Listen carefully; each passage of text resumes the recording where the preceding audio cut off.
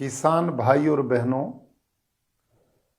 5 जून 2024 की एक घटना है कि गुरुकुल ज्योतिसर जिला कुरुक्षेत्र में छात्रों की संख्या बढ़ने के कारण हमने अपने पड़ोसी ऐसे एक किसान से 5 एकड़ जमीन लीज पर ली, जिसमें छात्रों के लिए ग्राउंड बनाया जा सके।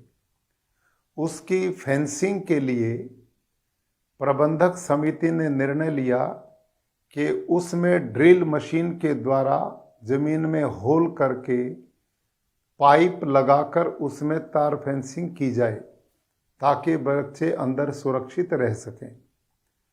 तो उसमें ड्रिल मशीन से जब हम छिद्र करने लगे तो जोर लगा करके भी 63 सीसी का इंजन उस भूमि में 2 इंच से ज्यादा छिद्र नहीं कर पाया, और दूसरी जगह जब होल किया वहां पर भी मशीन फेल हो गई। लेकिन फिर हमने विचार किया कि यह जमीन इतनी कठोर क्यों है। क्या गुरुकुल कुरुक्षेत्र की जिस जमीन में हम प्राकृतिक खेती करते हैं, क्या वो भी जमीन इतनी कठोर है? तो हम ड्रिल मशीन को गुरुकुल कुरुक्षेत्र के खेतों में लेकर के गए। तो वहां पर जब ड्रिल की गई तो कुल 30 सेकंड में 2.5 फीट गहराई तक ड्रिल मशीन ने छिद्र बना दिया। वो आप इन चित्रों से भी देख सकते हैं।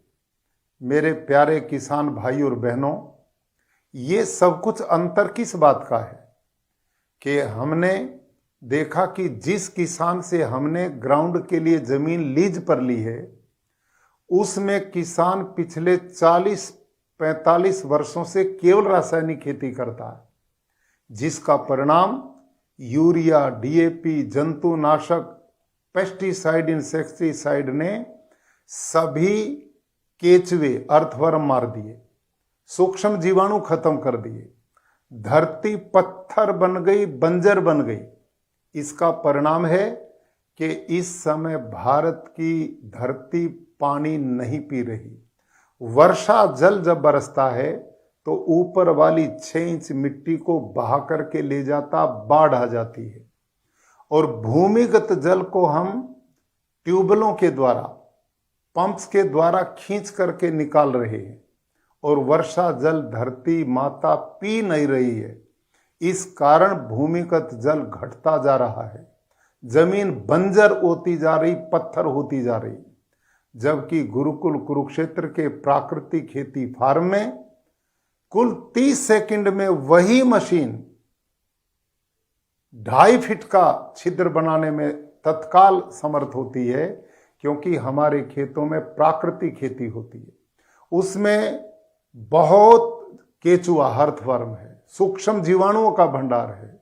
हमारे खेत में कितनी भी वर्षा होती है, कुछ ही घंटों में सारा पानी धरती मां पी लेती है, और उससे वाटर हार्वेस्टिंग सिस्टम प्राकृतिक रूप से हो जाता है। इसलिए मैं भारत के सभी किसान भाई बहनों से आग्रह करता हूं कि वो प्राकृतिक कृषि की ओर लौटें, ताकि हम पानी को बचा सकें, पर्यावरण को बचा सकें, धरती मां को पत्थर और बंजर होने से बचा सकें, और आने वाली पीढ़ियों को पानी भी दे सकें, पर्यावरण भी दे सकें, उपजाऊ भूमि भी दे सकें, और भारत के धन को भी बचाया जा सके, और किसान की समृद्धि को भी सुनिश्चित किया जा सके, और लोगों का स्वास्थ्य भी बच सके।